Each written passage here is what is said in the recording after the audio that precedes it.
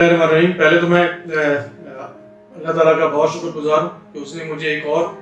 صحت اور زندگی والا دن آپ سب کے ساتھ گزارنے کا موقع دیا، اور لاکھوں درود و سلام بجائے خلق کائنات حضور پاک صلی اللہ علیہ وسلم کی ذات پر۔ آج کا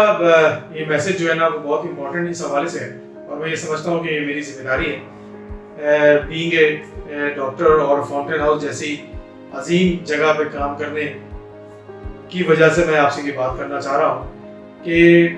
جو حالات آج کل اس وقت پوری دنیا میں چل رہے ہیں، اور خاص طور پہ جو حالات ہمارے اپنے ملک کے ہیں، اپنے شہر کے ہیں، ان حالات کے تحت کچھ ایشوز جو ہیں وہ ہماری زندگیوں میں زیادہ بڑھ گئے ہیں، جس میں خاص طور پہ کافی مشکل قسم کے ڈیسیجن ہمیں زندگی میں لینے پڑ رہے ہیں۔ جیسے ہمیں گھروں میں رکنے کے لیے کہا جا رہا ہے، ہمیں جو ہے وہ احتیاط کرنے کے لیے کہا جا رہا ہے، ہمیں بار بار ہاتھ دھونے کے لیے کہا جا رہا ہے، جو ہماری عادتیں نہیں ہیں۔ لیکن میں یہ سمجھتا ہوں کہ اس وقت یہ ایک ایسی بیماری ہے کہ جس کے بارے میں ابھی تک پوری دنیا کو صحیح طریقے سے پتہ ہی نہیں ہے۔ تو کچھ چیزیں جو بہت کلیئر نظر آئی ہیں کہ یہ احتیاط کرنا جو ہے وہ بہت زیادہ ضروری سمجھا جا رہا ہے، یہی ہماری بچت ہے۔ اچھا، بینگ اے مسلمان ہماری بلیو ہے اس بات پہ کہ جو اللہ کرتا ہے وہ بہتر کرتا ہے۔ تو میں یہ سمجھتا ہوں کہ یہ بڑی اچھی ایک اپرچونٹی ہمیں مل گئی ہے کہ وہ چیزیں جو ہمارے نبی پاک صلی اللہ علیہ وسلم نے 1400-1500 سال پہلے ہمیں گائیڈ کی تھی کہ صفائی نفس ایمان، تو یہ اللہ تعالیٰ کی طرف سے ایک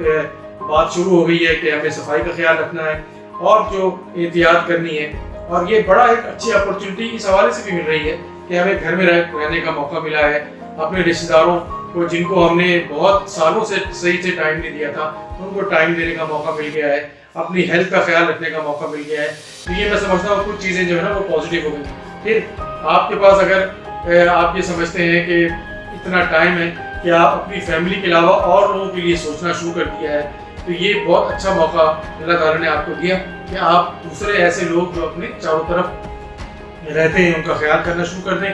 میں تو ہمارے جو چیئرمین صاحب ہیں، ڈاکٹر امجد ثاقب صاحب جو اخوت کے بھی چیئرمین ہیں اور فاؤنٹین ہاؤس کے بھی چیئرمین ہیں،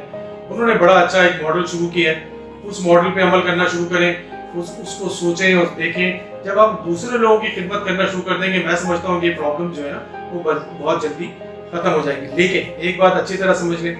کہ جو اس وقت احتیاط ہے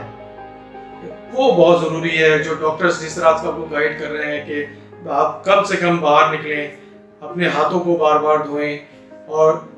سینیٹائزرز وغیرہ کا جو استعمال ہے اس کو کریں، اور جو ڈسٹینسنگ ہے دور رہ کے بات کریں، کیونکہ یہ کرونا کا جو چین ہے یہ ایک انسان سے دوسرے انسان کو جو ہے وہ لگتی ہے۔ تو اگر آپ یہ چین کو بریک کر دیں گے تو انشاءاللہ پاکستان، ویسے بھی اللہ کا بہت احسان ہے کہ پاکستان پہ ابھی تک بہت کم اثر پڑا ہے، لیکن یہ سب کچھ احتیاط پر ڈیپینڈ کرتا ہے۔ اس کو آسان نہ لیں اور احتیاط کریں، کیونکہ آپ خود جو بھی یہ پروگرام دیکھ رہا ہے آپ خود بہت امپورٹنٹ ہیں۔